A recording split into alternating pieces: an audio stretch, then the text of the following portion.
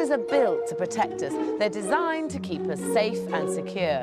But like people, they get old, tired and ill.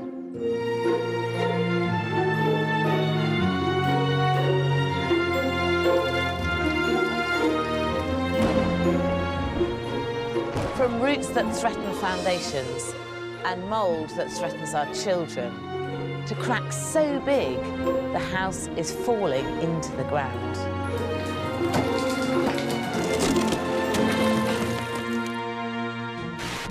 I'll be using the latest technology to uncover our property's life-threatening illnesses and revealing my tricks of the trade to give your home a clean bill of health. Tonight, young love's dream turns into a nightmare. As I battle dangerous electrics.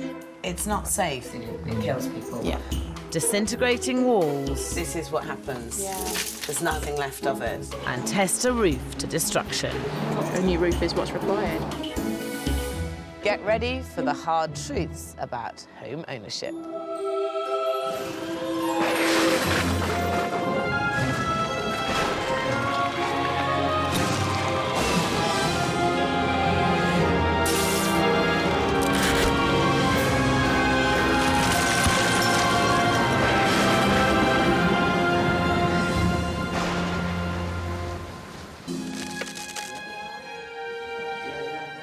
Meet hairdresser Tony Wood. He runs a fashionable hair salon in Portsmouth. His partner of 2.5 years is Brighton-based web producer Carrenza Bryant.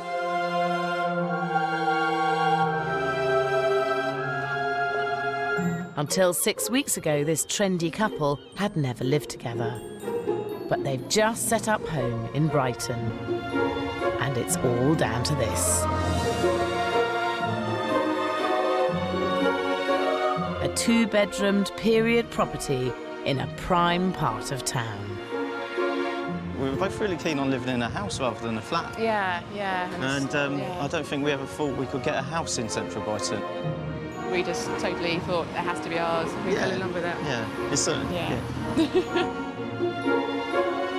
This property is more than just bricks and mortar. It's a giant leap forward in Tony and Carrenza's relationship. The place is also going to be really significant for us as a couple because it's the first place that we've actually ever lived together in and also bought. This is probably one of the biggest commitments relationship-wise, I think, buying a house together. It's probably make or break, really. Tony and Carrenza snapped up the house for £190,000. With enough money left over to give it a stylish makeover, their new life together was off to a perfect start. But from the moment they moved in, their luck began to run out. We're swamped with so many problems we don't even know where to begin with.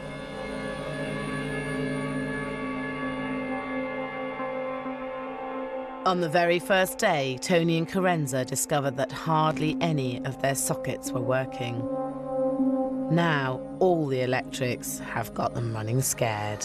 It suddenly started dawning on me that those plug sockets were never going to be used, and actually the wiring is pretty shocking, really.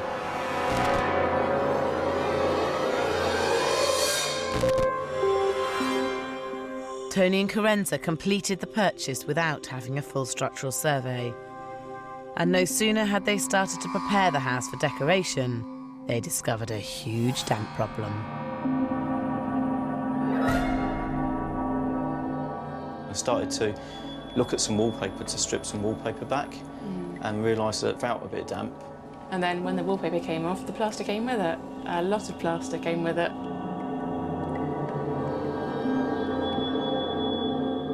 Tony and Carrenza saved the worst discovery till last. When they started refurbishing the first floor, the rear of the house began to disintegrate. Literally started to sort of prod about on the walls a little bit.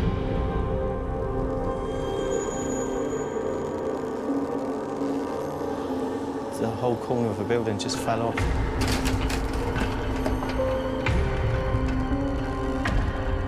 panelling fell off. The ceiling fell in. Clouds and clouds of black smoke. Just literally seemed to be collapsing.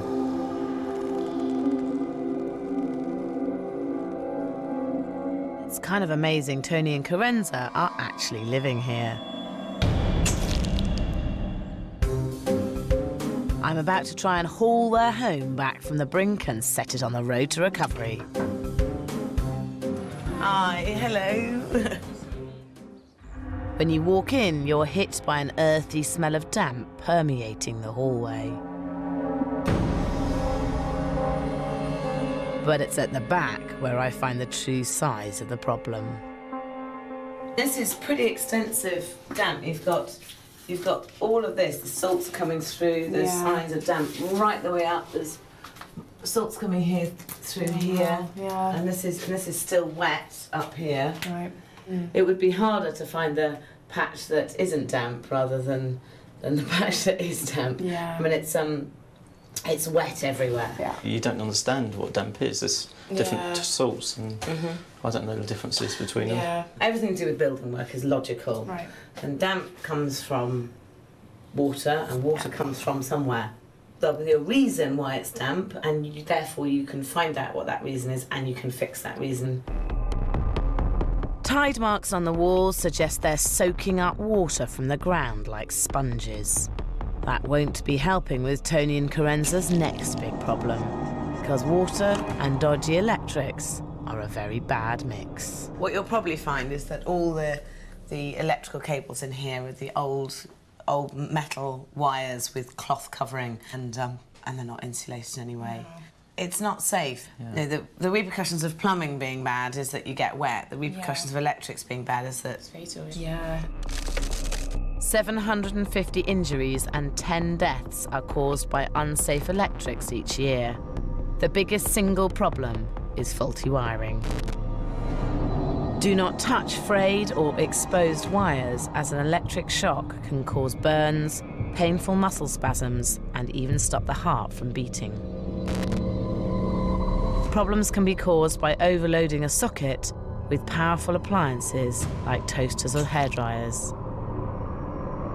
The socket can overheat and catch alight. Every year, 12,000 house fires in the UK are linked directly to electrics.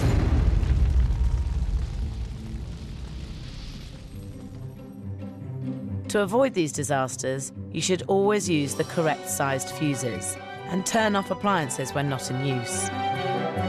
It's crucial to replace damaged cables immediately.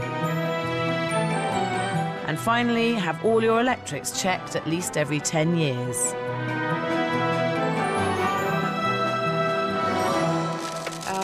We discovered that we've only got one plug socket on the whole ground level. All of these appliances are all running back over here. Yeah, off the one and power source. Running off one socket down there. Yeah. And the worst case scenario with overloaded sockets is that they catch fire, the cables catch fire because they overheat. I'd rather not have the house burn down. Yes, that would be good not to happen. Of course, that would need a house to burn down in the first place. But the small room at the back of the first floor, where Tony and Carrenza have visions of a stylish bathroom, is disintegrating fast. Literally the whole panel fell out. At the same time, the plaster was falling down and the ceiling came in, and just walked out and shut the door on it. Well, you can clearly see by the timbers that this has been pouring in water, this roof. This wall is constructed from something called bungareesh, which is quite localised to Brighton. They used a bit of lime, a bit of old stones, a bit of rubble, packed it all together, and it was fine. The problem with this is that when it gets wet, this is what happens. Yeah. There's nothing left of it. I'm sure the culprit here is a failing roof. Top of the list of worries for Tony and Carrenza is to work out just how bad the roof is. It's clear the walls are disintegrating from leaks upstairs, as well as being attacked by damp downstairs. But just how lethal are those electrics? At the end of the day, we've got the little dream in our heads and we have to see it through. We bought it, we're going to do it. I think it's not make or break, but, you know, it'll make us or not, really. I think there's a couple. Feeling motivated or a little nervous? I'm probably a bit more nervous than Carrenza, because... I guess I don't really understand the reality of the situation just yet. And who was the motivator in terms of buying this? That would be me. That would be you, and you're the one who's most nervous? Yes. It's not a good sign, is it? No, no. Tony Wood and Carrenza Bryant were hoping to live out young love's perfect dream. They bought this two-bedroom Brighton property, thinking that with just a cosmetic facelift, it would become their ideal home.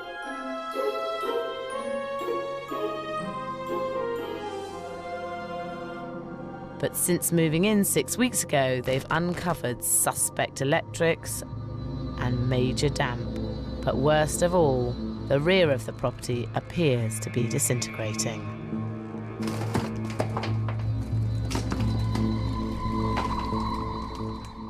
It's a common mistake amongst inexperienced buyers to think that cosmetic damage needs cosmetic repairs. Generally, it's a sign of something more sinister lurking underneath. But to get right to the bottom of it, we're going to get in a specialist. This house is going under the microscope. Every nook and cranny will be scrutinised by our expert team. These things that could be found, some of them are going to cost a lot of money. And if they find more than, say, one or two, then our budget is blown. First up, we need to look urgently at the electrics. To me, they look lethal. Electrician Tony Cable is going to give his expert opinion. Now we treat this with a bit of reverence. Yeah, I would suggest this is 60 years old. Tony thinks the electrics were installed just after the Second World War. It's amazing they're still working at all. Those wires going in there, if they touch that conduit there, and that does become live, and I touch it, it could flow through me, and it could kill me. This house is so potentially dangerous, I cannot carry out a full investigation. Really, the whole lot wants stripping out and rewiring as soon as possible. Far from leaving the electrics alone, Tony and Carrenza have been overloading the system with appliances. Just 2 days ago, a plug caught alight. It could have ended in tragedy. Luckily, we caught it in time. There were a few of us in the house when we were doing the decorating, when we were taking the wallpaper down, and luckily it gave off a bit of a smell, so like we pounced on it straight away and knew what it was. The actual repercussions of failed electrics is, well, it's terminal. It's you know, it kills people. Yeah. We did have an electrician round who kind of looked at it and turned around and left. And he said that he was taking out this kind of system in the 50s because it didn't comply with regulations then. I mean, there's no point in even beginning whether it complies with regulations now, because it obviously wouldn't. Definitely a priority to get it sorted out. Tony and Carrenza have a 50 grand budget, but that did not include rewiring, which will slice off at least 4 grand. What's more, they didn't bargain on the upheaval it will cause. It needs to be secure, it needs to feel right, and you know, it's looking like we've got a lot to do to make that happen. Exactly, because it's like a home for life. Well, hopefully, yeah. Tony and Carrenza want a home for life, but the next couple of problems could mean they're in for a much shorter stay. The walls of the property are made of bungarouche, which starts crumbling when soaked. The rear of the house is disintegrating, and I think the water is getting in through the roof. Our roofer, Richard Jordan, is looking to see if my theory's correct. Across the top edge, we have no lead flashing. The slates are sliding out. They just seem to have been rammed in and mortared up. So we've got nails poking through here and holes. The slate's just lifting, the wind getting under them. And once the wind gets under them, then they just snap lift like that. And snap, and that's the end of it. You have definitely got water ingress on here. There is no doubt about it. People often neglect their roofs because they ignore interior warning signs like stained or warped ceilings, hoping that they are merely cosmetic problems. But first up, there's a real danger of sodden plaster falling away and causing serious injury. What's more, if water is allowed to soak into the wooden rafters and battens, over time these will rot away and ultimately cause catastrophic structural failure. Catching leaks early will keep risks and costs to a minimum. So by standing well back or using a ladder, check your roof 2 to 3 times a year. Look for broken or slipped slates or tiles, and faults in roof junctions and flashings, especially at the base of chimney stacks. It's most important to do this after violent windy storms and during long winters. Looking at this roof now, it's not surprising that the wall below is in such a bad way, really. It'll be in a poor way because the roof is in poor condition. It's the connection between the leaking roof and the crumbling wall below it that scares me most about this house. That's where chartered structural engineer Simon Pitchers is, in the small room at the rear of the first floor, where Tony and Carrenza want a snazzy bathroom. We all know that water is the thing that you have to prevent from getting into any house. Now, if you've got a house made of this stuff, bungarouche, that rule is not just a golden rule, it's a platinum rule. You mustn't let water get in contact with this. Look what happens to it. I mean, it's absolutely destroying this material. And we've got a whole building made of it. There's some areas where we've sort of taken back the panelling a little bit and looks like it's crumbling. So that's a worry because that's the point when we stopped. That's the point when we stopped and didn't do any more because you don't know how far that's going to go. And it's a horrible position to be in when your actual house is crumbling when you touch it. Bungarouche was a favourite material of budget Brighton builders in the Victorian times, but is notoriously unstable. While Simon inspects all the walls for signs of damage, Richard is casting his expert eye over the roof above.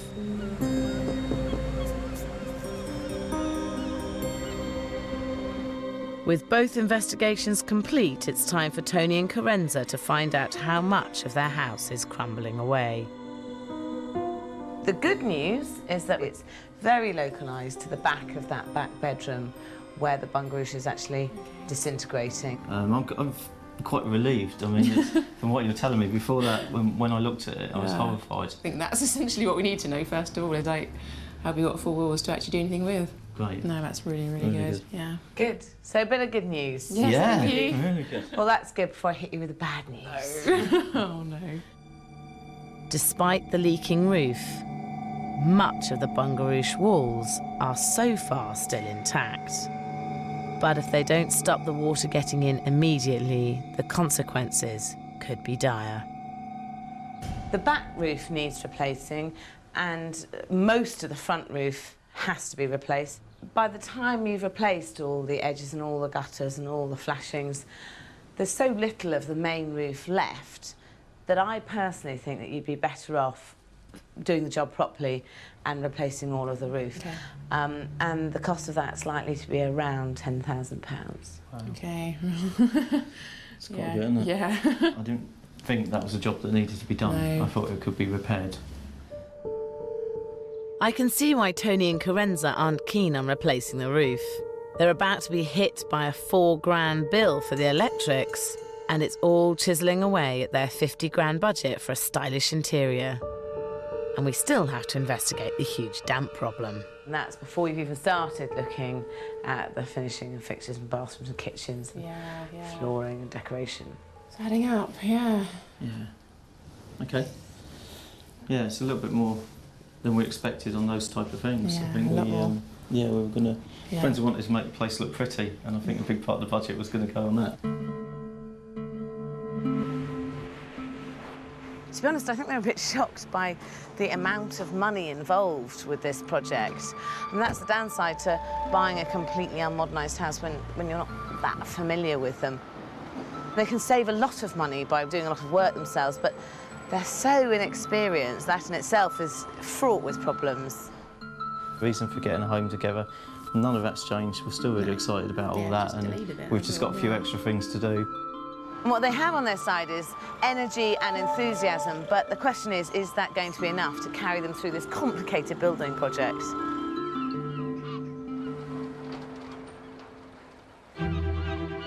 With a decision yet to be made on the roof, it's crystal clear money is going to be very tight. To cut costs, Tony makes the brave choice to become both project manager and labourer. Not to mention running his salon. Now I'm facing the position I've got to teach myself very quickly how to sort of run this project. I've got nothing but admiration for Tony as he gets off to a flying start, ripping out the water-damaged areas upstairs. I woke up this morning thinking, what have I got myself into? My role is kind of miscellaneous at the moment. Tony's very definitely the project manager and I'm assistant. I step in when I can. The job that really can't wait is the electrics. And I can't quite believe it, but Tony's taking that on as well. What I did was I spent the morning with an electrician. He spent a couple of hours just going over and explaining really just the rudimentaries of rewiring a house. I felt quite confident to get underway with the wiring. And to be honest, I can't do it much worse than this was in the past anyway. Tony's running the cables, which is called the first fix. When it comes to electrics, this is the absolute maximum an amateur should take on. As with all major electrics, this work will have to be certified by a qualified electrician. I don't think this is probably how qualified electricians do it, but this is my improvised version. It's a risk, but it's a risk worth taking, definitely. I'm up for it. One job that's definitely going to need professional help is sorting out the damp. It's clearly everywhere on the ground floor. To work out how extensive the problem is, I'm using a thermal imaging camera. It shows warm areas like me as white or orange or red, and then cold areas as blue. So my hand, for instance, is warm and hot, and if I spray it with water, which is the important thing about this camera, and it's damp, it'll show up blue. So let's find some damp. The damp in the hallway registers as dark blue, and it's clear the problem continues into the living room as well.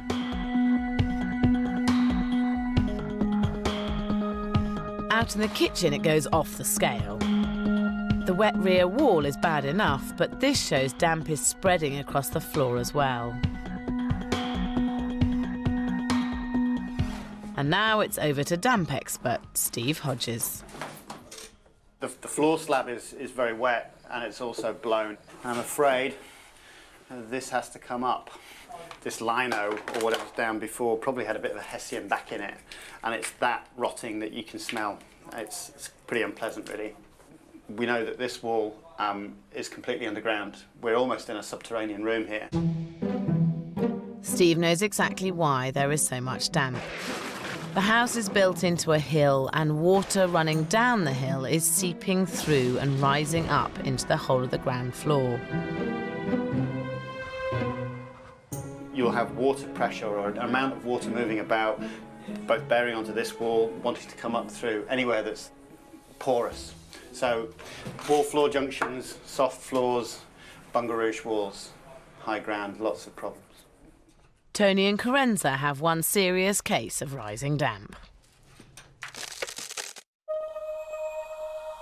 This is caused when brickwork soaks up water from the ground through the masonry by a process called capillary action. Left unchecked, it will wreck your interior and turn your home into a 5-star creepy crawly hotel. It also creates the perfect conditions for mould, which can lead to serious respiratory problems. But rising damp can be easier to fix than you think. Contributing factors are gutters leaking and soaking the ground beneath, tripping water pipes, or ground levels outside being higher than inside. Lowering a flower bed may be all it takes to get rid of the problem.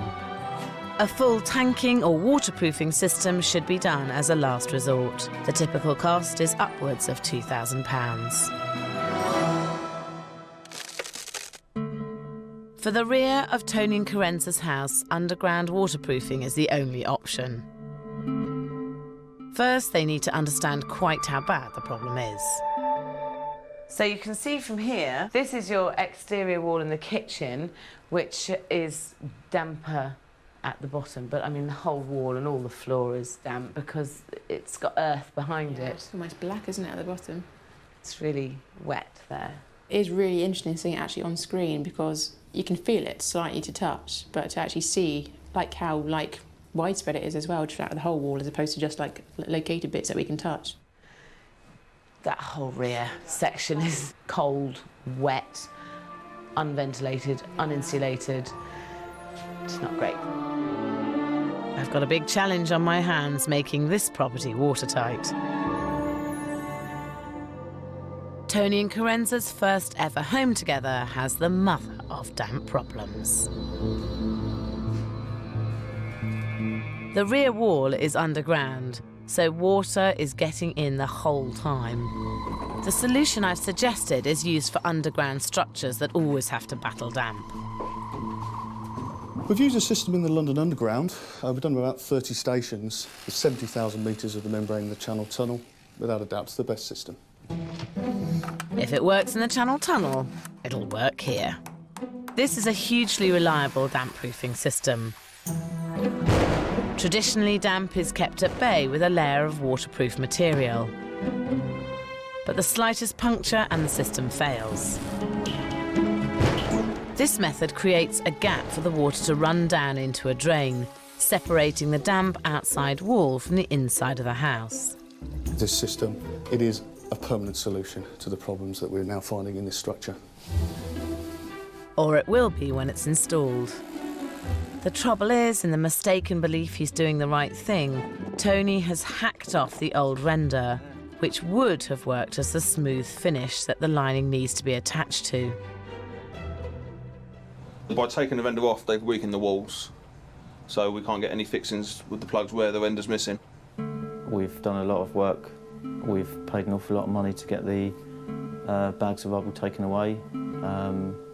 So at the moment, I'm just really frustrated, really annoyed about it. If we understood a bit more about what we were doing, if it was our profession, then we'd probably do things better, easier, certainly in a better timescale. That's the only downside of doing so much yourself. Tony's been struggling with the property for 3 months now, and much of the work still lies ahead. He's taken so much on. He's doing a full-time job, and amongst that, he's project managing. I know that it's going to get a lot worse before it gets better. Tony has to sit by and watch as the error is put right. The work cost £500 and is piling the stress on Tony and Carrenza's relationship. The house was meant to bring this young couple together. Instead, it seems it's doing its very best to try to push them apart. We've both been quite stressed because it's such a big undertaking. Essentially, I think the rockiest part is probably just keeping a united front with Tony. It's been a hard thing to do.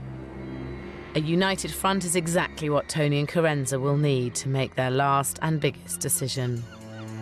The roof is at the end of its life, and its serious leaks will eat away at the bungarouche walls below. It all needs replacing, but there's a 10 grand cost. At this stage, I don't think we think that the roof needs replacing. We think we can repair it or patch it up. We just haven't got the money to do anything else other than within the remit of our budget, so yeah, it's worrying. It's time for some shock tactics.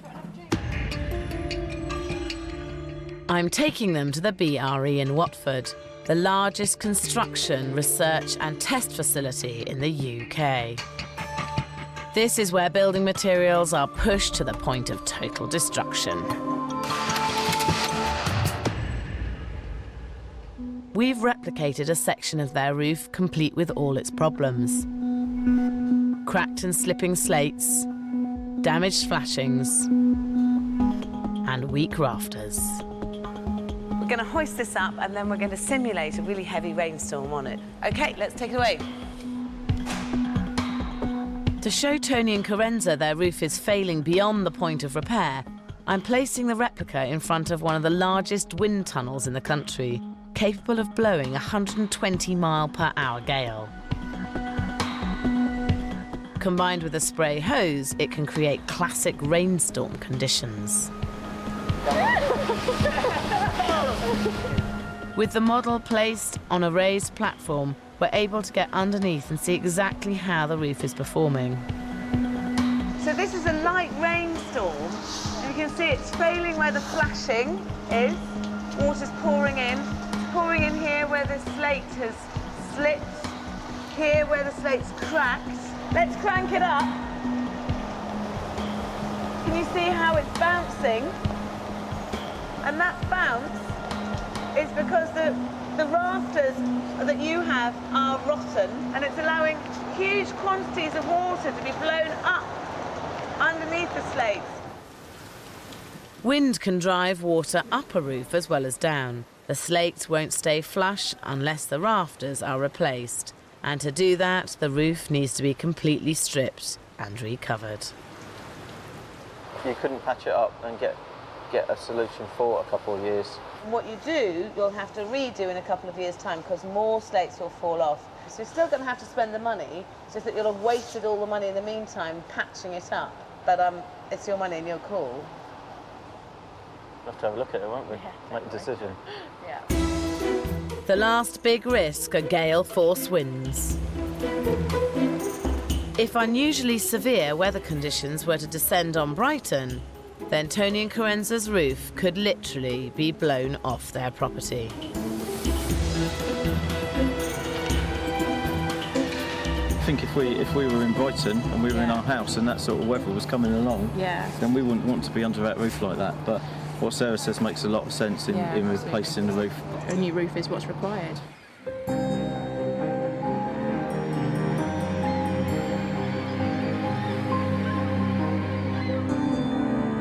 Tony and Carrenza go ahead and replace the whole roof. It's the right decision, but a hard one to swallow. It's another 10 grand on top of the 15 they've already spent, leaving just 25,000 for the rest of the house.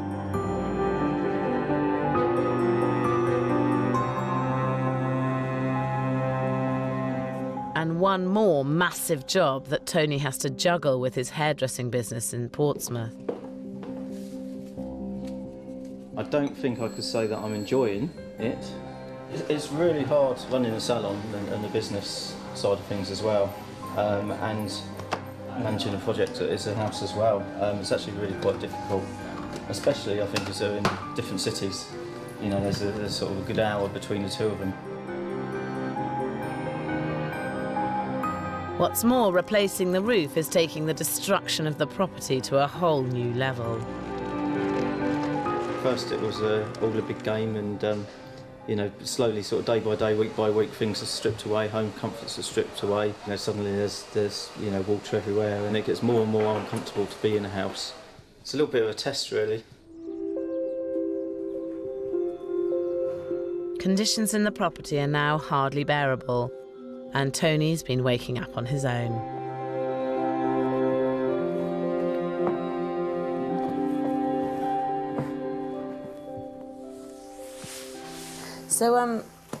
So have you moved out then? What's the situation? Yeah, I've actually just moved out, just down the road. Right. Why did you move out? I just don't think it's practical for my sanity and our relationship and the house as a whole if, like, I'm going to be in the house. I can't live without a shower for 7 days a week.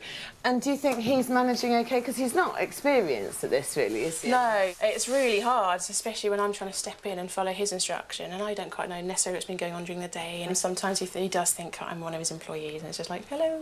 So do you think he finds you a bit frustrating? Oh, I'm sure he does, absolutely. I think he really finds me frustrating. I want to know how things are done properly, and if I don't know how to do them properly, I'll say so. Whereas Tony's very much hands in, do it now, learn by your mistakes, and it's like, Sometimes I think it's better to step back, learn exactly how to do it and do it right first time round. Do you think actually in some ways maybe you make it a bit harder for him because you're so different? I think it would be easier if I just nodded and said yes, but unfortunately I do speak my mind as well. You need to just do as you're bloody told, that's the problem. Oh, if only, exactly, if only.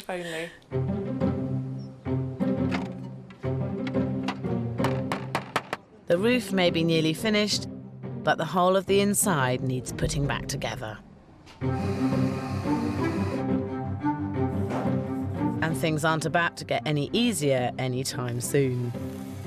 Cash is now so short for Tony and Carrenza, it's DIY or die. I can be handy if I need to be.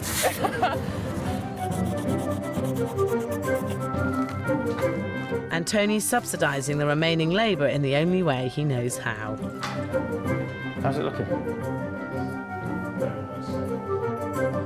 The challenge is to find the cheapest way of revamping the interior. Right, let's get this lino up. Of course, Tony and Carrenza need to agree on how they want it to look first. Perfect. Great. Well, I really love the floorboards. I really want to sort of sand them up and bring them back to life and keep the original floorboards. I'm just in two minds because I don't like drafts, and I've lived in houses before with lovely, beautiful floorboards, and they do look stunning, but drafts. Plus, carpet's horrible, isn't it? I mean, Yeah, I don't see many nice I know. carpets. So it's one of the things I have to put my foot down a little bit on. I mean, there's quite a lot of areas where you fundamentally disagree. Yes, in life generally, yeah. In life generally, not just the house. It's the drafty gaps in between the boards that Carrenza doesn't like. And I've a neat little trick that could sort out that problem. First, you'll have to bring back the old boards to life with a good sanding. But the absolute key is to hang on to the leftover sawdust. What we now have is sawdust, which is the same colour as the floorboards, obviously. Yep. So with that sawdust, you take a tiny bit of just normal PVA glue, wood glue, and you want to mix the sawdust with a tiny bit of the glue. So you're mixing all the glue and sawdust together. You're effectively using it as a filler, so you wanted a similar sort of consistency as you would mix any kind of filler. It is important that you don't just fill the surface of it. You do need to make sure that you've got it into the crack, but it's into the crack nicely there. And then after 24 hours, when the glue's really dry, you do the final sand with the sander. And that final coat of sanding will mean that you'll have completely sealed floorboards. Oh, I can't wait to get stuck in, yeah. I think this is I a job can do for this. Carrenza, actually. Yeah? I think she'll probably enjoy doing absolutely. this. Great, so it seems like a bit of a... Bit of a compromise, isn't it? Yeah, Yeah, it's so a we've reached compromise. It's a bit of a victory, yeah, I like it. Yeah, at this point, yeah.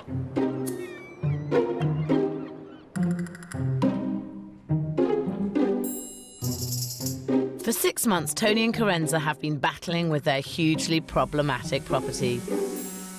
If anything, it's more gruelling now than ever before, as they take on more and more of the finishing work themselves. You find that you've got this 1 week you'll be absolutely buzzing, and the following week you will find that you're just absolutely exhausted, and it's just your motivation wanes a little bit. Definitely still very much in the thick of it.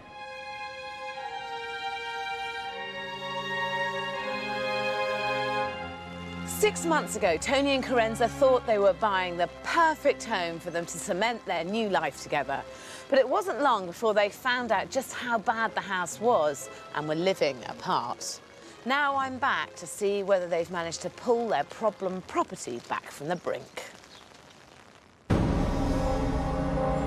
This property was bad to the bone. The electrics were so terrible that Tony and Carrenza narrowly missed burning down the house. And the whole of the ground floor had one of the most chronic damp problems I've seen. Worst of all, the bungarouche wall at the rear of the first floor was crumbling away, although the real culprit was the decrepit roof above it. But look at it now. They did finally decide to re-roof, and now it's gleaming bright and watertight. Fixing the roof gave Tony and Carrenza the confidence to totally revamp the top floor. The bedroom has bags of homely charm, which is just as well because Carrenza's about to move back in. The big transformation, though, is in that rear room next door.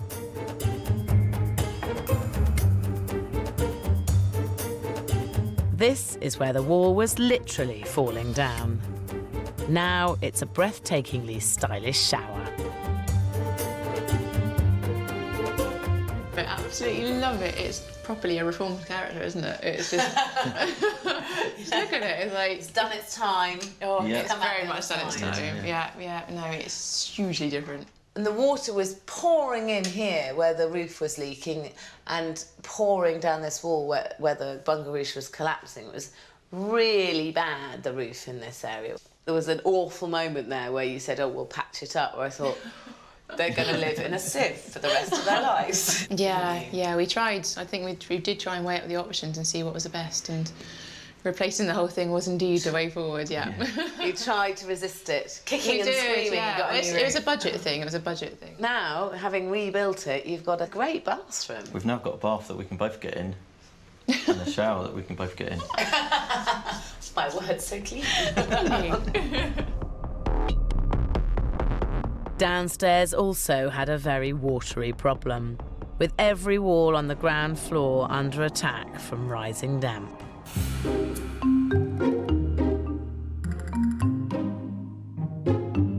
Now it's dried out and smartened up.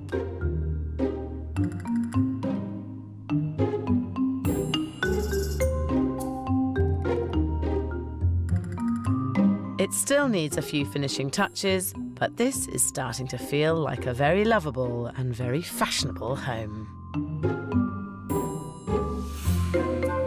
The kitchen was down and out, with the worst damp problem in the entire house. Tony and Carrenza have created a superb high-end look, and thanks to our damp-proofing solution, it should stay that way for years to come. A water-free zone is also good news for Tony's electrics that have yet to be second fixed. Now, this house had really dodgy electrics. They were lethal, quite honestly. Yeah. And you ended up wiring it yourself to a certain extent, didn't you? Yeah, we looked at the budget and decided it was a way we could save money in terms of just running the wires on the first fix. The important thing, if you're going to do that, is to make sure that the second fix and it's all connected up by a qualified electrician to comply with building regs and for your own safety. Yeah, of course. You had £50,000 to spend on this. Did you spend more? You must have spent more than that. About a week ago, we totted it up. We were right up to our budget on it. That's really impressive. You must have only done that because you did so much work yourself. Yeah, we did a lot. It's been really hard work, and there's times when there's been a real struggle. And now you've got a house that's structurally sound. Yeah. It's got a sound roof, sound gutters, the walls are solid. Especially from the starting point we had, I think we've really made such a good place out of it. We know everything's been done properly because you've been here every day making sure it's done by the book. Until those electrics are finished, I want to make sure they keep doing it by the book. Knowing your temptation to overload extensions, I should take it away. Cheers. Tony and Carrenza finally have the house they were hoping for 6 long months ago. But the journey was so hard, can they now put the pain behind them and enjoy their home as a couple? In terms of your relationship, you bought this and you were going to move in together and then you ended up living apart. It must have been really stressful on the pair of you. We learned a lot about each other, I think. Good stuff or bad stuff? Both. It's just understanding each other and how we deal with things. I've never had stress like this before, and I've always felt myself as quite a laid-back type. What did she do? Did she shout at you?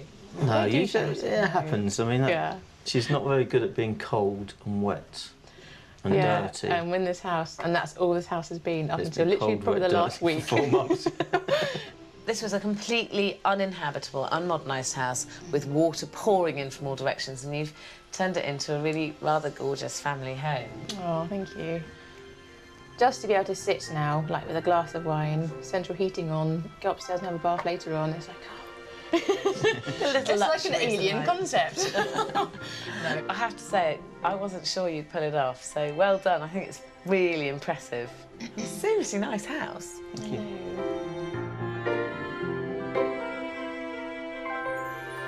Cosmetic problems often mask much more sinister issues underneath, and when you've fallen in love with a property, it's very tempting not to dig deeper.